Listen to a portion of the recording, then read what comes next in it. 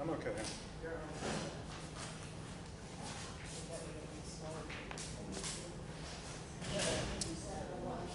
Welcome and good morning, everyone.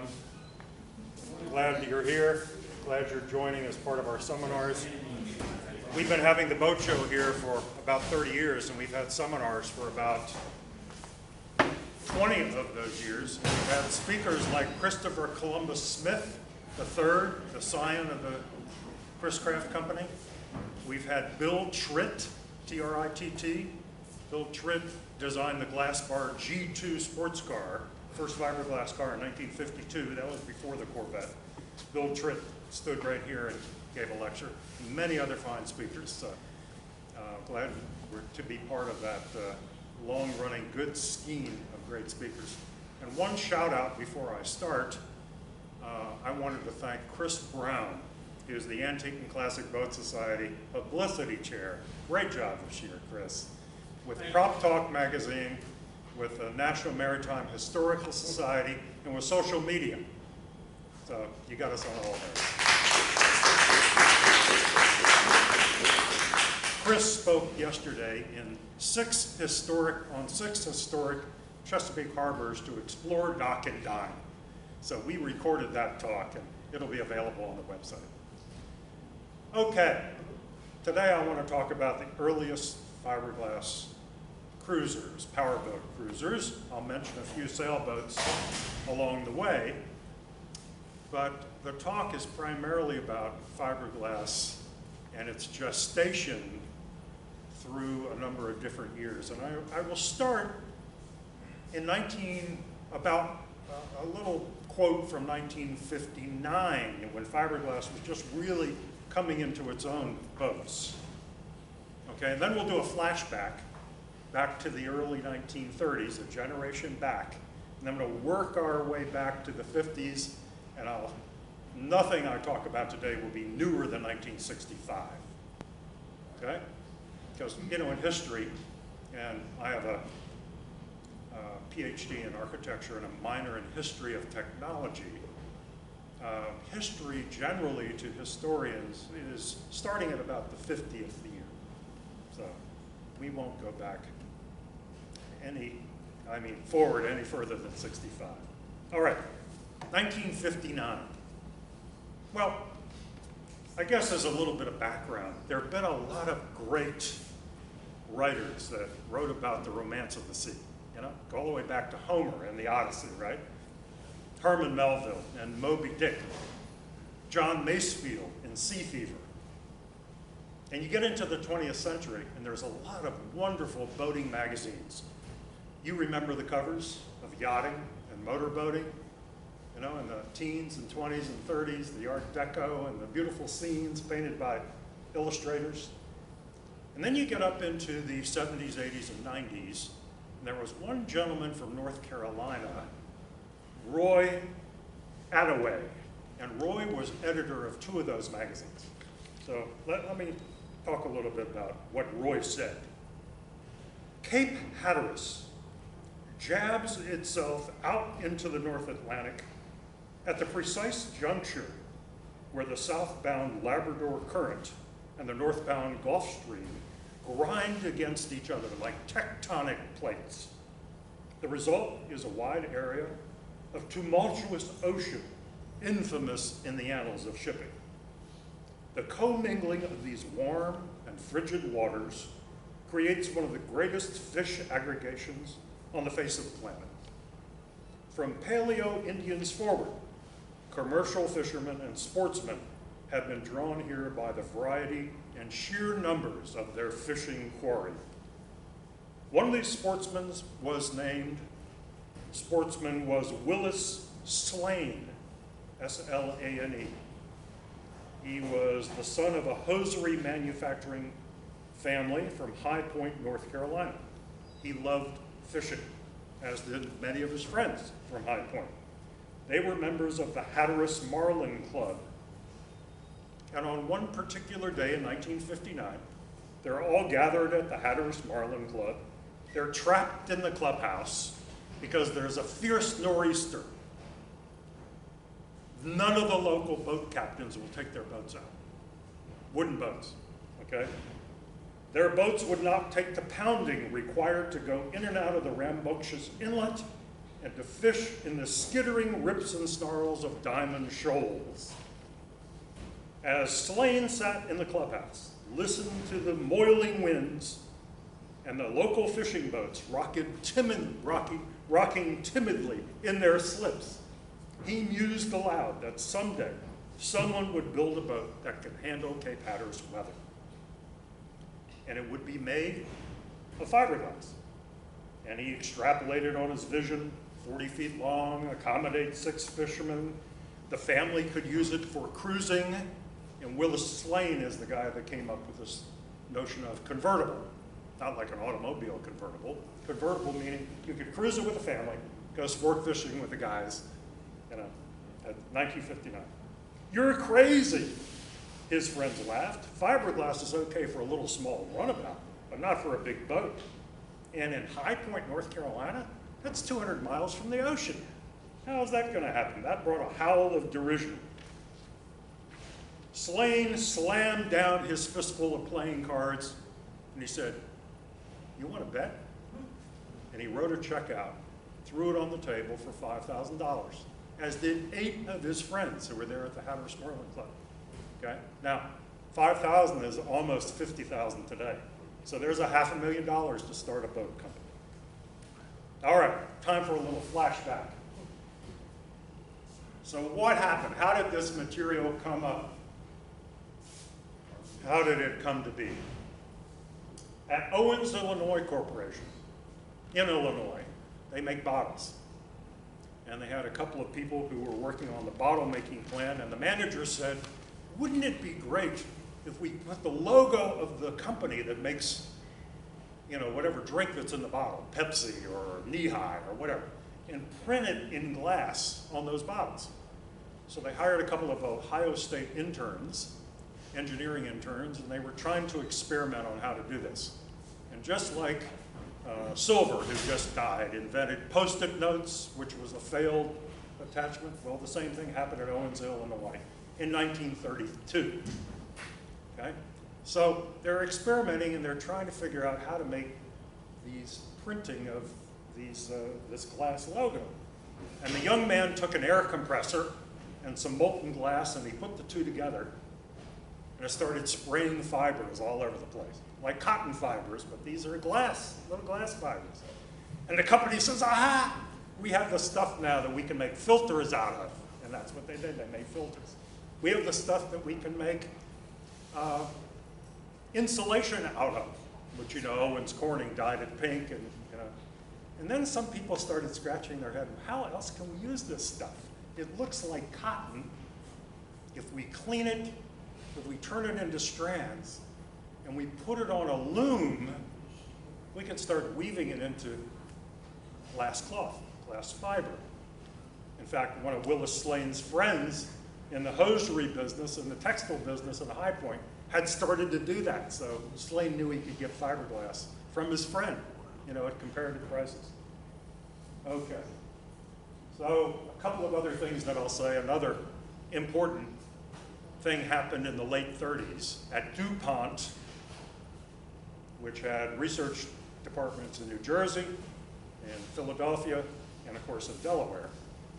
And they hired a guy, Carlton Ellis, Dr. Ellis, and Dr. Ellis said, I can come up with a resin made out of polyester that you can use in a mold. And if you heat it, it'll harden. Later the resins got better, but that would harden at room temperature. And maybe we can put this polyester together with this cloth and make something out of it. Okay? And who was one of the early adopters? The son of the gray fox of Algonac, right? Garwood. Garwood owned more patents than any other person in the early 1920s. He invented the dump truck, and he raced the Miss Americas and won the races internationally, the Harmsworth Trophy, from 1919 through 1933. And his son, Garwood Jr., then started building fiberglass inboard runabouts in Tulsa, Oklahoma, of all places, in 1946. So that's the father looking down at one of the hulls, and the son is there, you know, standing at the stern. So polyester and fiberglass cloth. Let's go back to New Jersey. Hudson Taylor Winner had a factory, and he makes these throw safety rings and other things for marine vessels. And he was able, because he knew polyester was right down the street at DuPont, he said, maybe I can make some boats out of this stuff. He started making dinghies out of it. And for the Navy, they made 5 of these cruisers. See the cruiser with the broken sheer and the canvas top on the back? It's a Winner, okay? And he eventually retitled his company Plasticraft. We had a Plasticraft here at the show a number of years ago, a small little Plasticraft. So Winner is making boats in 45 and 46, actually during the war, some dinghies, but so Plasticraft and Winner, one of the very, very earliest. Best little boat afloat, okay? So you can bet that's on an inlet of the Delaware River or out there on the Jersey Shore somewhere where that photograph was taken. All right, I'm going to move forward to New England and the Beetle Company, the Beetle Boat Company. And senior Mr. Beetle dies, and he leaves a son and a daughter. The daughter's much older. She says, I will continue to make these wood beetle cats. Very famous, you know, far with the mast, far in the forepeak. Great little, beautiful boats. Nice wide beam. And Ruth continues the company. And her brother, Carl, says, I'm going to try something different. I'm going to try to break out of this family mold, and I'm going to make my boats out of fiberglass. So he struggles. He also builds these cruisers. You know, the show is about cruising the Chesapeake. So what is a cruising boat? Typically has a place to sleep. You can stay overnight. It has a galley, a kitchen, right? It has a head, a bathroom. So, you know, a cruising boat where you can stay overnight, you really have to have some length to it. So there's Carl Beetle's 25-foot cruiser, probably in about 47, 48. There's Carl Beetle himself. Struggled. The world wasn't ready to receive fiberglass then, especially on power boats. The sailboat manufacturers were much quicker to adopt it. Why? Sailboaters wanted lighter, faster boats. They just wanted to win races, right? Power boaters were the true traditionalists. So his boats weren't accepted. Carl Beetle. And there's an article about him called A Bitter Life in Boats, because his company failed. He died early, in 1952. Another New England manufacturer, Palmer Scott. There are a couple of these on the Chesapeake. I always say when I see one of these boats, any of you who read the Hardy Boys growing up, it would have been a Palmer Scott. I mean, that's what I envisioned. Those Hardy Boys probably had a beautiful little Palmer Scott. Those are fiberglass hulls, and those are sweeping wooden windshields on top of that. Quite popular, and I have sold a couple of pieces of Palmer Scott literature here. I don't think I have any more. Hard to find, because they didn't make Palmer Scott beyond 1960. But they're still making this one. Bill Dyer's famous Dyer 29, designed in 1955. First one built in 1956. They are still making this boat from the same mold. Beautiful, beautiful little New England lobster type boat. It can come in many different configurations with a cabin, not with a cabin.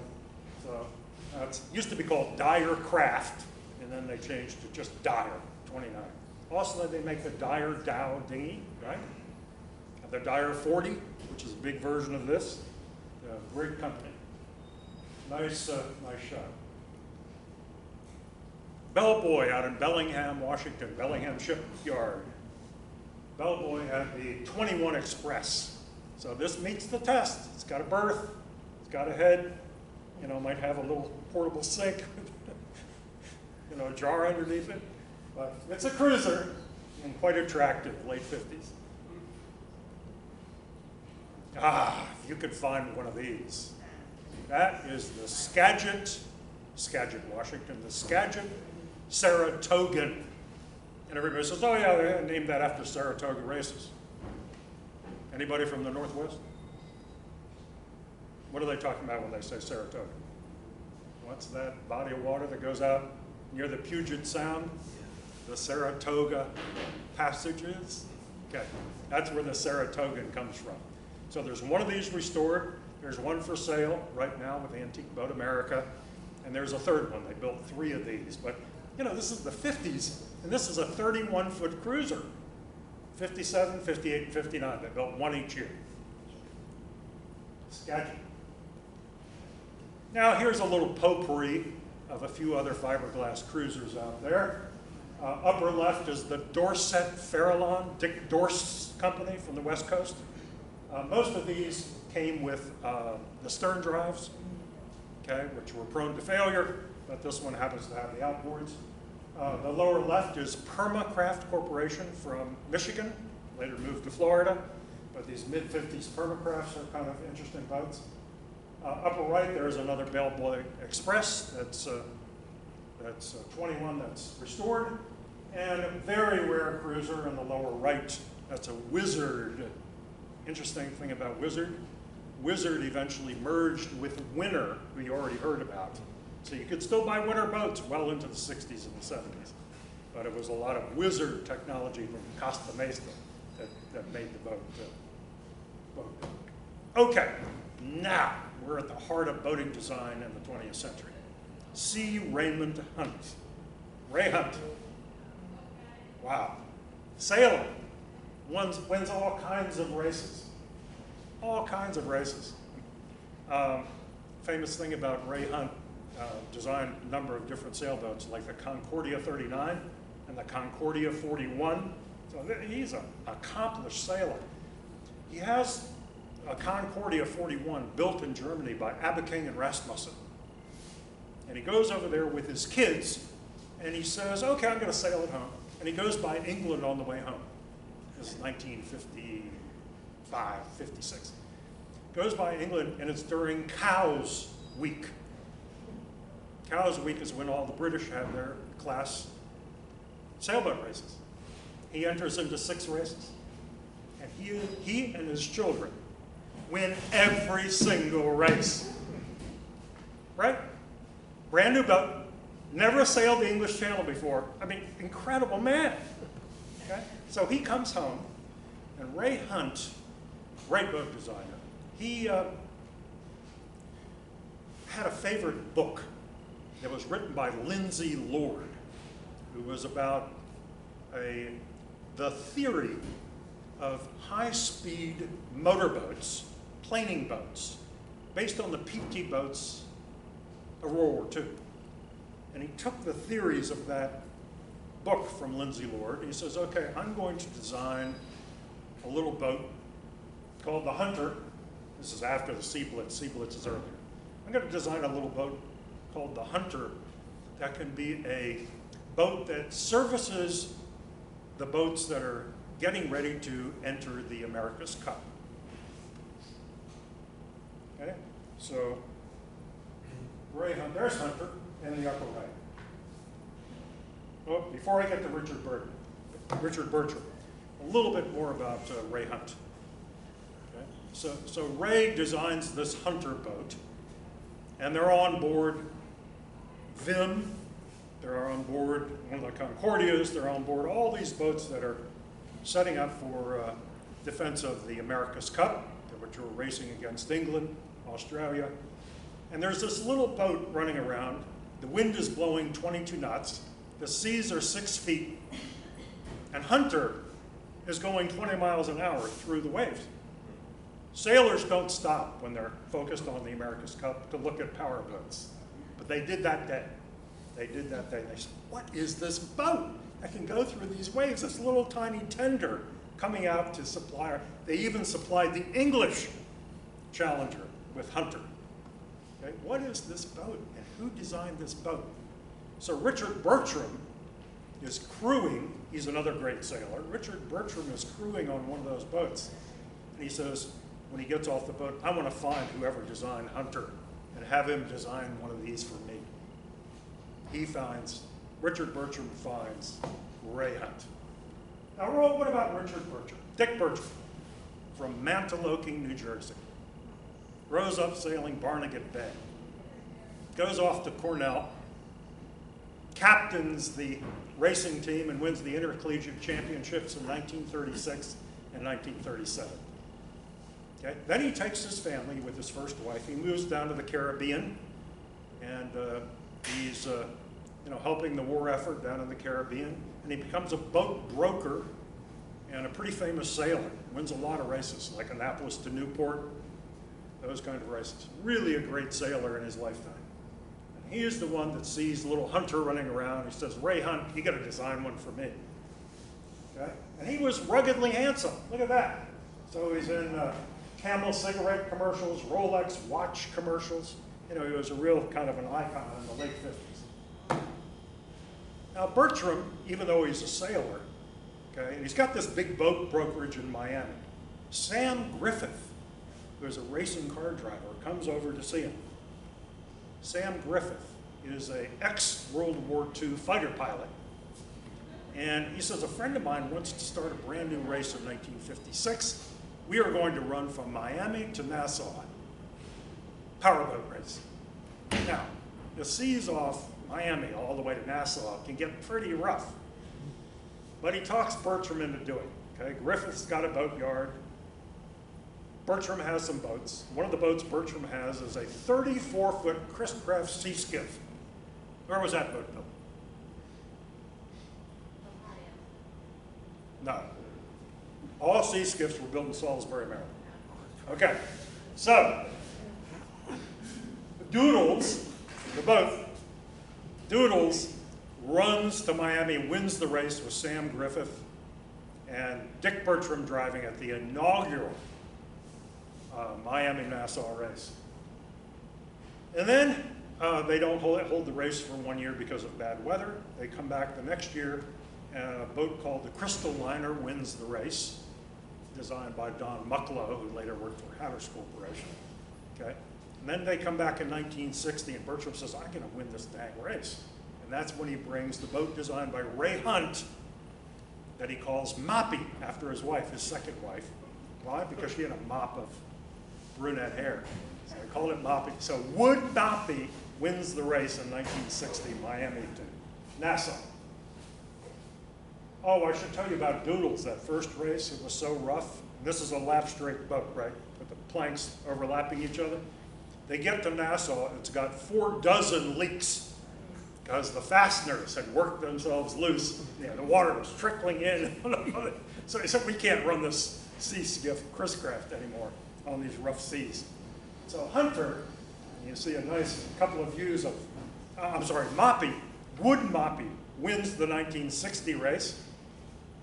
And he gets back, and he says, okay, I'm going to use Wood Moppy as a plug, right? Builds a mold, and then 61, Glass Moppy. Fiberglass Moppy wins the race, 62 and 63. 64, he came in second, and you all know what happened at 65, right? The Miami Vice boats of Don Aronow started winning everything, right? And speeds went up to 70, 80 miles an hour. So Bertram was there. Anyway, he brings the boat back, Moppy, Wood Moppy, that was so successful and so famous, and he decides to build the wonderful, venerable Bertram 31, right? Highly collectible. So 1961, the first glass Bertram 31 for the recreational market. Okay, and you see some of the ads here. The boat that the experts are buying was how they wrote about it. Little fly bridge, little cabin, 31, and pretty fast. And you see their logo here. Their factory is on the Tamiami Canal. Okay, so they can launch and test and deliver to customers. And their logo is the eagle over the V, because they used big V engines from Chrysler, Cadillac, and primarily Chrysler and Cadillac. Ah, nice view, nice view. So pretty low freeboard, 31-foot boat. I'm looking for my spec.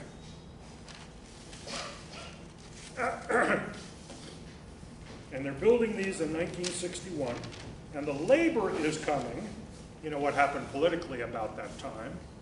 Castro is taking over Cuba, and it was a slow takeover, right? So 59 through 62, lots of experienced Cuban craftsmen were moving to Miami, and Bertram had worked for them at his shop. Published the company newsletter, the Bertram newsletter, in both English and Spanish.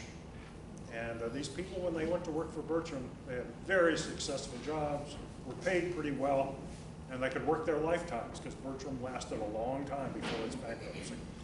But that's the beautiful early Bertram 31 that used to have a bigger, even bigger cabin, but because the glass of the cabin was so heavy, this is before they started using Lexan plastic, right? It got a little heavy in the front, so they shortened up the cabin a bit and the flybridge.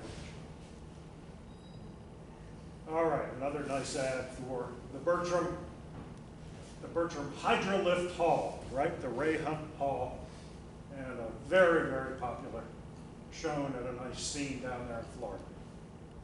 But you should know, they start the factory in 61, 62, and they're building actually the Bertram 20 runabout, 5-to-1, the 31.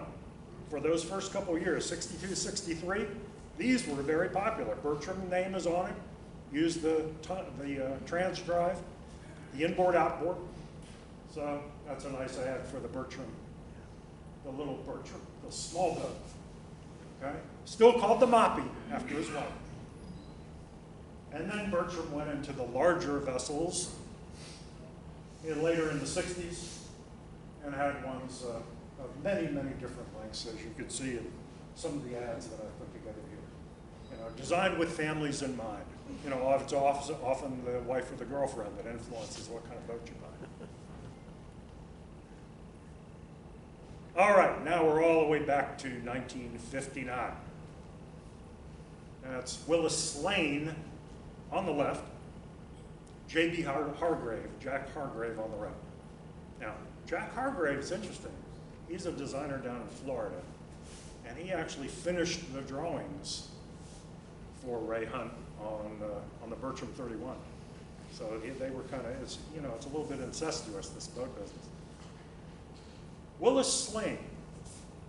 This is the largest Argyle sock manufacturer in the world, Slane Hosiery Mills. Okay, but he loves out of doors. He loves hunting and fishing. And he wants a boat that can go out there and brave the North Carolina shore. And he's a former World War II fighter pilot. You know, they're used to getting their way or go down in flames, right? So he says, we're going to build this factory in High Point, North Carolina. And I'm going to hire this guy, Hargrave, to design for me. Hargrave had been born in Upper Michigan. He had a childhood accident, archery accident, in his early teens, right? And he was totally blind in one eye. So he went on to design about 250 boats, a lot for Hatteras. So J.B. Hargrave, great designer. So there you see on the left, building the plug for the first Hatteras 41. Okay, a couple of shots there. And then you see the finished Hatteras on the right, the convertible, right? Take the family on it, go fishing on it. Classic Carolina blue and white. Yeah. I've drawn over here what they call the reverse check. That's the Hatteras logo, the reverse check. And it had multiple meanings. It could have been a wave, or it could have, that's the Hatteras. Well, for a long time it was the Hatteras logo. And they had to truck this thing all the way from High Point to Morehead City so they could launch it. So you have a 59 Ranchero, that's the lead car saying wide load. And you got the 58 Ford flatbed, dual wheel, towing this 41-foot behemoth of a boat. And I took the flybridge off so they could fit under the bridges. And they tow it all the way to Morehead City so they could outfit it before launching it. There she is. There she is, the first one, hull number 1. Pretty, and of course, the photographer, they take these shots so the boat looks like not only is it going fast, but it's going uphill, Wow. So that is the boat that Willis Slane's wife, Doris, christens as Nitwits, right? Now, that's also double entendre, right? That's also a double meaning. You know? It's a little bit of a compliment, but a little bit of a dig. Nitwits. Okay. There she is. You know, there was one of these earlier in the year, earlier in the spring, on the Upper Chesapeake for sale. Did anybody catch that? It was in Prop Talk and it was on Craigslist, and it sold. Pretty interesting. Beautiful boats. And this says, here are 9 sportsmen that developed the Hatteras Boat Company. So these are the guys that threw their checks. You know, they're probably gambling for, $100 bills, but that check of $5 grand got these guys to. Now look, this is the Hatteras 41 double cabin. And only in 62 through 65 did they have the curved windshield on the main cabin and the curved windshield on the step-up bridge. Okay? After that, 66 through 72, they were all squared off. So those who would collect Hatterai, I guess that's the plural, tend to really like this boat because it's a little bit more late 50s styling. J.B. Hargrave. And of course, Willis Slane and Hatteras, who set out to build just 4 41-foot sport fishermen for he and his friends. But as they're towing this boat down to Morehead City, people are looking at it. He got 7 more orders. So he said, okay, we'll go in the boat business. Goes into boat business, and in 61, has J.B. Hargraves designed the little sister, which is the Hatteras 34. So you're seeing pictures of the Hatteras 34, also with this is the sport cruiser, the little trunk cabin in the front, fly bridge, beautiful little boat.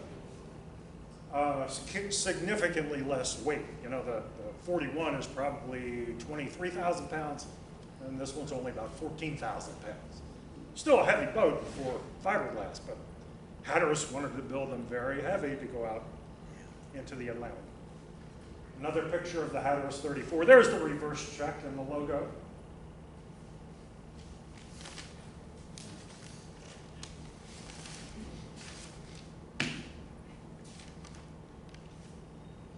But even though Hatteras and Bertram were early adopters of fiberglass for power boats, in fact, they beat Chris-Craft by 3 years, both of them. Okay? Chris-Craft didn't really come out with large fiberglass cruisers until 64. Okay? There were other competitors on the horizon. This became very competitive by the late 60s, with companies from New Jersey like Pacemaker coming out with their all-glass line in 68 and 69. So you still see a lot of these very cheap, they're around, nice boats. There's some Chris-Craft lines. So there's the Hatteras 42, lower left, Hatteras 47, I'm sorry, Chris-Craft 42, lower left, Chris-Craft 47, upper left, the first Chris-Craft fiberglass boat, the 38 Commander in the upper right on the cover of Motorboating magazine. So they really made a splash with it, and Chuck Warner will speak next about Chris-Craft in that transition year between wood and fiberglass. I know because I created his PowerPoint for him. And a nice sport cruiser on the lower right. So you'll hear the Chris-Craft side of the story briefly. Bertram's coming out with larger boats, so that's an early Bertram 38. Bertram had a really interesting sales pitch in some of their ads. This is one of the things that they said. Less than 1% of boaters will own a Bertram. Is it any wonder the ocean tastes like tears?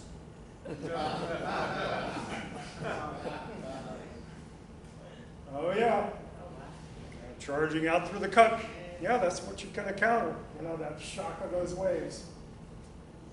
Hatteras Company at its 25th anniversary. So what is that? I guess we're up in maybe 87, somewhere in there. They go looking for Nitwits, the first boat. Nitwits had been a company demonstrator, gets sold to a doctor down in New Orleans, uses it for years with his family, gets sold to another doctor. Finally, it becomes a fishing party boat in Mexico and Panama. And Hatteras goes out looking for hull number 1. They find it in Panama. It's a derelict. It's half sunk at the dock, right? And they put it on a freighter and they ship it to Savannah, Georgia. Restore it pristine. So fiberglass was very good. The mahogany was marginal. Interior is mostly mahogany. High Point's a great furniture area, so you get nice finishes on these early Hatterases. And the aluminum shot to hell, right? Aluminum corrodes terribly in salt water. So all the frames around the windows were they had to go and get brand new extrusions from the original company to make it watertight. But that's Nickwitz, relaunched, and still going. Beautiful boat. And I kind of like this. Late ad for Hatteras. The fiberglass Hatteras 41 is ideal for a director's meeting, but what you can't see right here, there's a little caption for the picture. Chairman of the board enjoys his fishing. They're all meeting in the back, and the chairman of the board's on. Okay, so we end up with a nice picture of a restored Bertram 31, which is in Maine. So this owner of Double Bogey in Rockport, Maine, had this boat restored. And the Bertram 31s, I don't know, I've been in the market for a nice little cruiser for years. I'd love to have a Bertram 31. In terrible shape, they start at about 30,000. Nice shape, 150, 200,000. I've seen them go as high as $350,000. The Bertram 31s are great, fast boats. Why? Dick Bertram won races with this very same Ray Hunt hull, with a boat that could go out into the Atlantic, and with the right engines, top speed of 47 miles an hour. Okay? And what Hunt did, the older boats used to have the dead rise in the front for entry to the sea. That was pretty steep. Okay? And then with the planing to get to the back of the boat, the angle, well, it's actually more shallow than that. Okay? And your degrees of your angle at the back to make this plane, might have been 10 degrees, 15 degrees.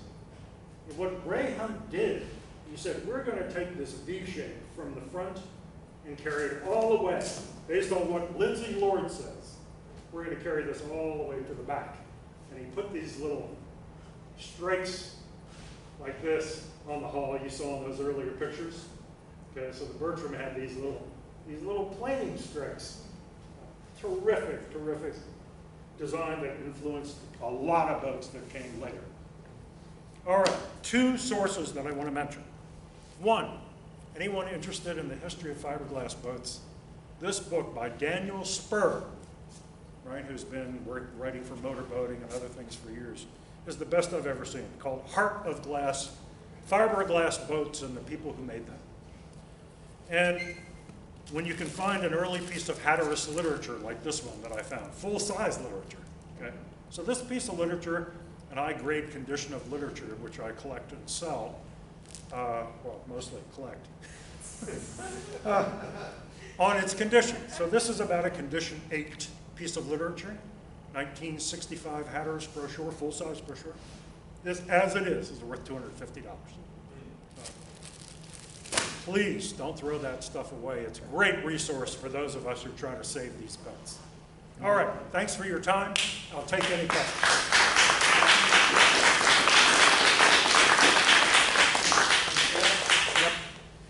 Yeah, I was told years ago, maybe your story, maybe not. I was looking at a 25-foot Bertram twin screw, and the broker, dealer, whatever said Bertram hulls are guaranteed for life. Is that a misnomer or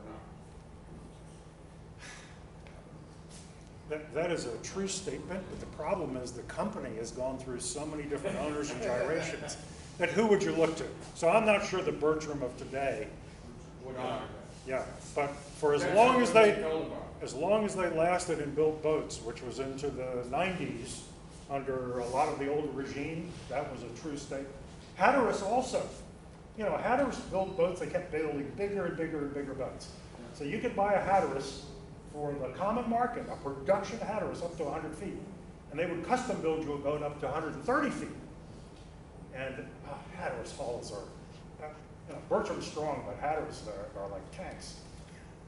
Very strong. Yes, please.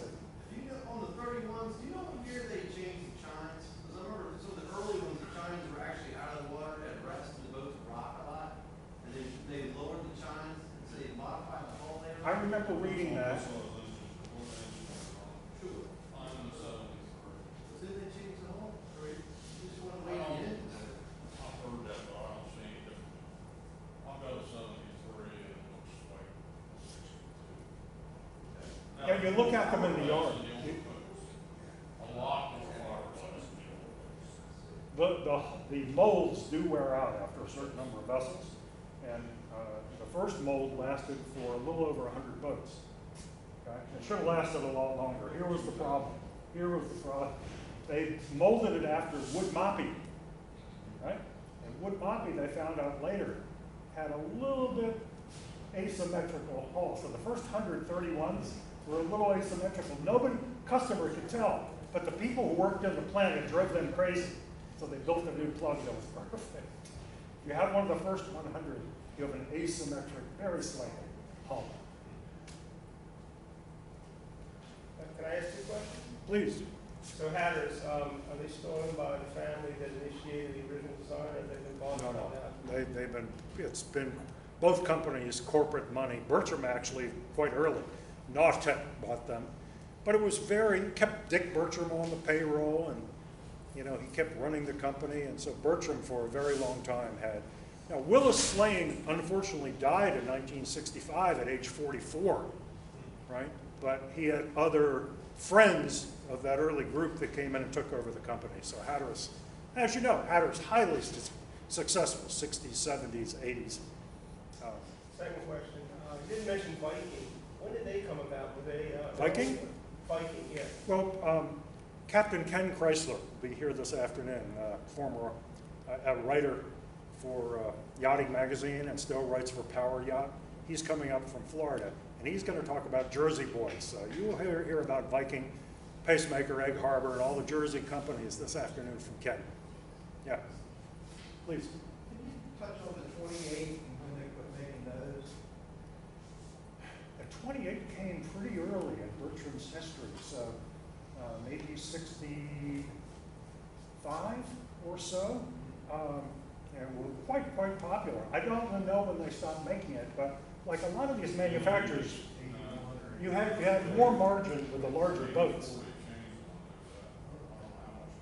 Right? So they wanted to make the bigger boats with higher profits, so they started dropping out the small ones. Hatteras also had a 28. Chris? One of the editors bought a 28. Ah, So you're going to read a lot about 28 and renovates it. very good. Very good. Any other questions? Please. I just want to comment, we were walking around in downtown St. Michael's where the big yachts are, and there's a Rayhan designed 96-foot motor yacht there that's made of carbon fiber. You should see it. It's built 13 or 14 years ago. I don't know how many millions of dollars it cost, but it's a Rayhan. It looks like a giant Bertram with 3 levels, and it's all carbon fiber. V12 Caterpillar is built by New England Boatworks that does America's Cup boats. They did a one-off boat for some guy with a big checkbook, and it's very Yes. impressive when you get next to it. Bigger than mine and yours, right? Yeah, it's like great. You should go see it. All right, thank you for your time, and I hope you enjoy the rest of the day.